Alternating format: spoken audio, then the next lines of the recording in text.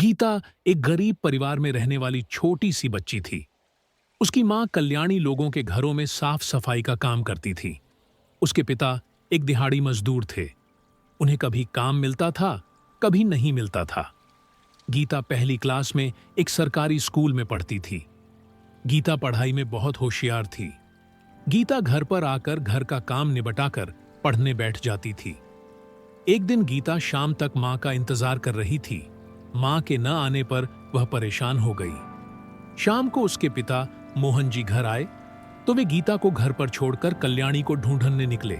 कल्याणी जिन घरों में काम करती थी, उन्होंने सब जगह पता किया। उन्हें पता लगा कि कल्याणी तो आज काम पर आई ही नहीं। रात हो चली थी। मोहन जी पुलिस स्टेशन पहुंच गए। वहां जाकर उन्होंने कहा, साहब, मेरी पत्नी सुबह से गुम है, आप रिपोर्ट लिख लो। पुलिस वालों ने कहा, 24 घंटे से पहले रिपोर्ट नहीं लिख सकते। मोहन जी को गुस्सा आ गया। वे बोले, आपको पता है उसके साथ क्या हो सकता है। आप रिपोर्ट लिखो और मेरे साथ उसे ढूंढने चलो। पुलिस वाले ने उन्हें उल्टा सीधा बोलकर भगा दिया। निराश होकर वे घर आ गए। घर आकर उन्होंने देखा गीता बैठी रो रही थी। मोहन जी फटाफट बाजार गए और गीता के लिए खाना लाए। गीता ने थोड़ा सा खाना खाया और सो गई। इधर मोहन जी इधर उधर भटकते रहे, लेकिन कल्याणी का कहीं कुछ पता नहीं लगा था। सुबह जब गीता की आंख खुली तो उसके घर के बाहर भीड़ लगी हुई थी। सामने सफेद कपड़ा ओढ़े उसकी मां लेटी हुई थी। उनका सिर ढका हुआ था। गीता को कुछ समझा नहीं आया। पास ही में मोहन जी खड़े रो रहे थे। तभी गीता की चाची ने उसे अपने से लिपटा लिया और बोली, बेटी, तेरी मां हम सबको छोड़कर चली गई। गीता का दिल धक से बैठ गया। उसकी आंखों से आंसू बहने लगे। वह रोती हुई मां से लिपट गई। उठो ना मां, उठो, देखो रात को तुमने मेरे लिए खाना भी नहीं बनाया। गीता की चाची उसे संभालने की कोशिश कर रही थी। कुछ देर बाद गीता रोते रोते बेहोश सी हो गई। उसे सब कुछ दिख रहा था, लेकिन अब उसे होश नहीं था। कुछ देर में उसकी मां को अंतिम संस्कार के लिए ले गए। गीता अब गुमशुम रहने लगी थी। वह किसी से ज्यादा बात नहीं करती थी। एक दिन मोहन जी ने गीता से कहा, बेटी, कल्याणी तो अब वापस नहीं आएगी। तू और मैं ही रह गए हैं। तू चिंता मत कर, मैं तेरा अच्छे से ख्याल रखूंगा। इसी तरह समय बीत रहा था। गीता अब घर के काम निपटाने लगी थी। एक दिन गीता मंदिर जा रही थी। वह अब सुबह उठकर नहा धोकर मंदिर जाती थी। उसकी मां को मरे 2 महीने हुए थे। वह अब मां के सारे काम करने लगी थी। उसकी मां मंदिर जाती थी, इसलिए वह उनकी जगह मंदिर जाने लगी। मंदिर में उसे एक बुजुर्ग मिलती थी। धीरे धीरे गीता और रंजना जी में जान पहचान हो गई। मंदिर में दर्शन करने के बाद दोनों मंदिर की सीढ़ियों पर कुछ देर के लिए बैठ जाती। रंजना जी ने बातों बातों में गीता के बारे में सब कुछ जान लिया। एक दिन मोहन जी घर पर ही थे। उनका काम छूट गया था। वे इसी उलझन में थे कि अब क्या करेंगे।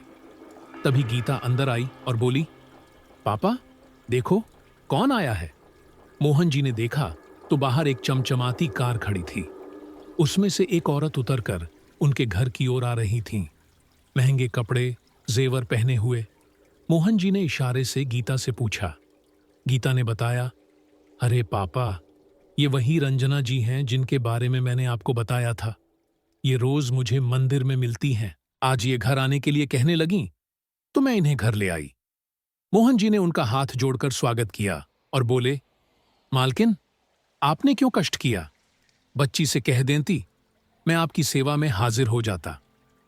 यह सुनकर रंजना जी ने कहा, कुएं को प्यासे के पास आना पड़ता है। मोहन जी बोले, मैं कुछ समझा नहीं हो, मैं तो भूल ही गया।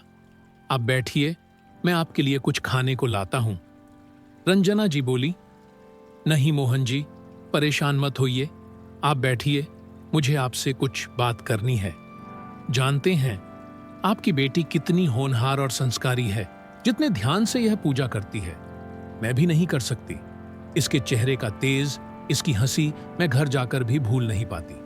मैं चाहती हूं कि मैं इसका अच्छे से पालन पोषण करूं, अपने घर ले जाकर। मोहन जी जितना अपनी बेटी की तारीफ सुनकर खुश हो रहे थे, अब उतने ही दुखी होकर बोले, मालकिन, मेरी पत्नी तो पहले ही चली गई है। अब मेरे जीने का एक ये ही सहारा है। इसे भी आप ले जाएंगी तो मैं कैसे जीऊंगा? रंजना जी ने आगे कहना शुरू किया। मोहन जी, आप गलत समझ रहे हैं। मैं आप दोनों को ले जाना चाहती हूं। आपको यहां कभी काम मिलता है, कभी नहीं। बस आप मेरे घर की देखभाल करना और गीता मेरे साथ रहेगी। मैं आपको बता दूं, मैं अकेली रहती हूं। मेरे पति अब इस दुनिया में नहीं हैं और बच्चे विदेश में रहते हैं। मोहन जी की आंखों में आंसू आ गए। मालकिन, एक बिन मां की गरीब बच्ची की आप मदद कर रही हैं, यह मैं सोच भी नहीं सकता था। रंजना जी ने कहा, नहीं मोहन जी, इस बच्ची से मिलते मिलते मैं इसे चाहने लगी हूं। जानते हैं, इससे थोड़ी सी छोटी मेरी पोती होगी, लेकिन उसे मैंने सिर्फ वीडियो कॉल पर ही देखा है। मैं इसका अच्छे से पालन पोषण करूंगी। आपकी बेटी लाखों में एक है। मोहन जी को कुछ समझ नहीं आ रहा था। रंजना जी ने आगे कहना शुरू किया, आप तैयारी कीजिए, मेरे नौकर आकर आपका सामान ले जाएंगे। आप दोनों अभी मेरे साथ चलिए। रंजना जी दोनों को गाड़ी में बिठाकर घर ले जाती है। घर से 2 नौकरों को ड्राइवर के साथ मोहन जी के घर भेजकर जरूरी सामान मंगवा लेती हैं, जिसमें सबसे जरूरी गीता की मां का फोटो था। धीरे धीरे समय बीत जाता है। एक दिन गीता घर आती है। पापा, देखो, मैं डॉक्टर बन गई। आज ही मुझे डिग्री मिली है। कल से मुझे सरकारी हॉस्पिटल में जाना है। मोहन जी उसे अपने साथ ले गए। एक बड़े से हॉल में रंजना जी की तस्वीर लगी थी। मोहन जी बोले, बेटी, इन्हें नमन कर, जिन्होंने तेरी किस्मत बदल दी। माना ये देवी अब हमारे बीच में नहीं है, लेकिन मुझे आज भी याद है, अपने अंतिम समय में इन्होंने मेरे से यही कहा था कि मेरी यही अंतिम इच्छा है, मेरा अंतिम संस्कार गीता करे। आप यहां का सब संभाल लें और इसे डॉक्टर बनाएं। गीता और मोहन जी दोनों की आंखों से आंसू बह रहे थे। एक तरफ रंजना जी के बेटे थे तो उनके मरने पर भी नहीं आए, और एक तरफ यह एक गरीब लड़की थी जिसने रंजना जी को इतना प्यार दिया कि वो अपना सब कुछ इसके नाम कर गईं। संघर्ष चाहे जितना भी बड़ा क्यों ना हो, अगर इरादे मजबूत हों और कोई सच्चा मार्गदर्शक मिल जाए तो किस्मत भी बदली जा सकती है। एक छोटी सी बच्ची की मेहनत, संस्कार और श्रद्धा ने न सिर्फ उसकी जिंदगी बदली, बल्कि दूसरों के दिलों को भी जीत लिया।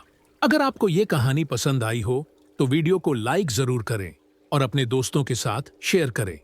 ऐसी ही और दिलचस्प कहानियां देखने के लिए स्टोरी बैंक चैनल को सब्सक्राइब करें और बेल आइकन दबाना न भूलें, ताकि अगली कहानी की घंटी सबसे पहले आपके पास बजे। फिर मिलेंगे एक नई कहानी के साथ। तब तक के लिए अलविदा।